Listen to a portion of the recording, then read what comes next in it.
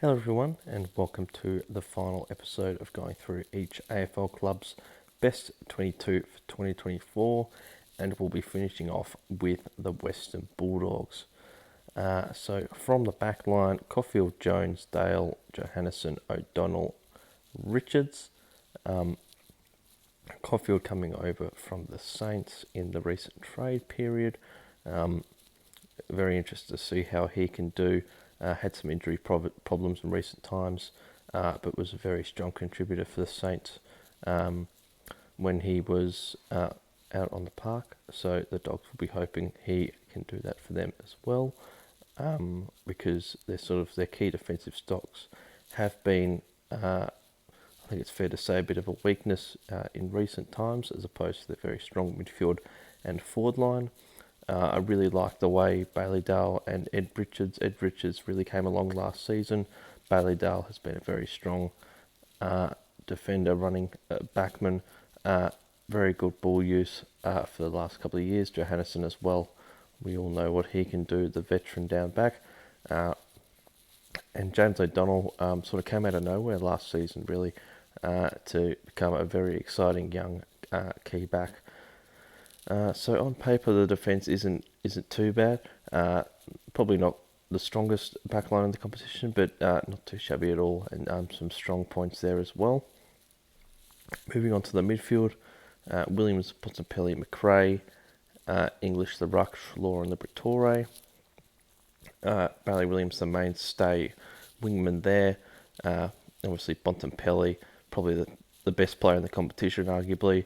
Liberatore, absolute bull in the middle, Treloar as well.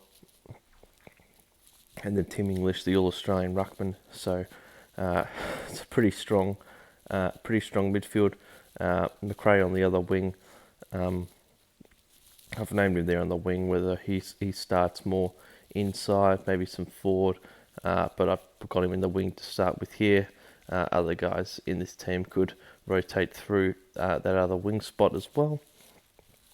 The forward line, Harms, Ugle-Hagan, Waitman, West, Norton and Lobb.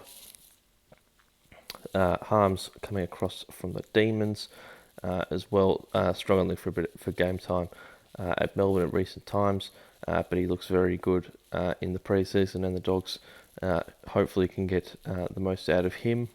Ugle-Hagan, one of the emerging key forwards of the competition, so too Norton. If those two can get to the next level and really establish themselves as one of the strongest key forward duos in the competition, that'll go a long way for the success of the Bulldogs. Lobb came over from the Dockers a couple of years ago.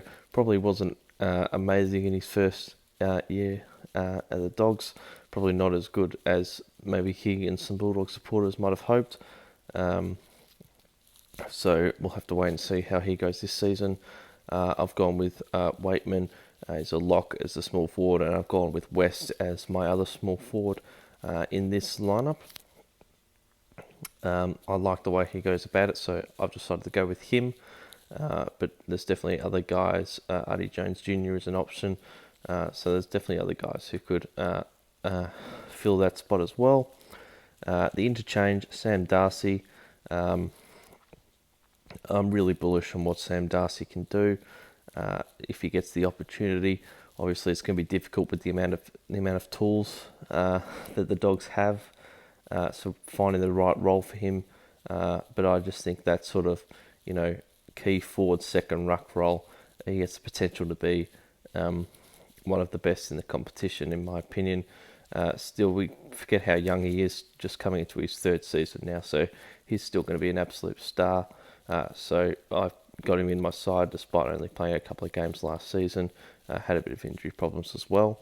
Riley Sanders looks the goods. Definitely in the mix for the rising star on baller. And he'll be definitely getting centre bounce minutes as early as round one. Caleb Daniel. It'll be really interesting to see where Caleb Daniel plays this season. Spent some time on the wing and half forward last year, which I thought was a bit strange.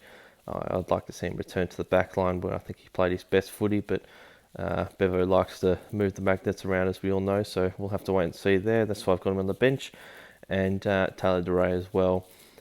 Just keeps getting the job done for the Dogs, and it seems to be a lock in their side week in, week out. The veteran, so he rounds out my Bulldogs 22. Let me know, Dogs fans, if you'd make any changes to this side. Who do you think I might have left out, and who would make way?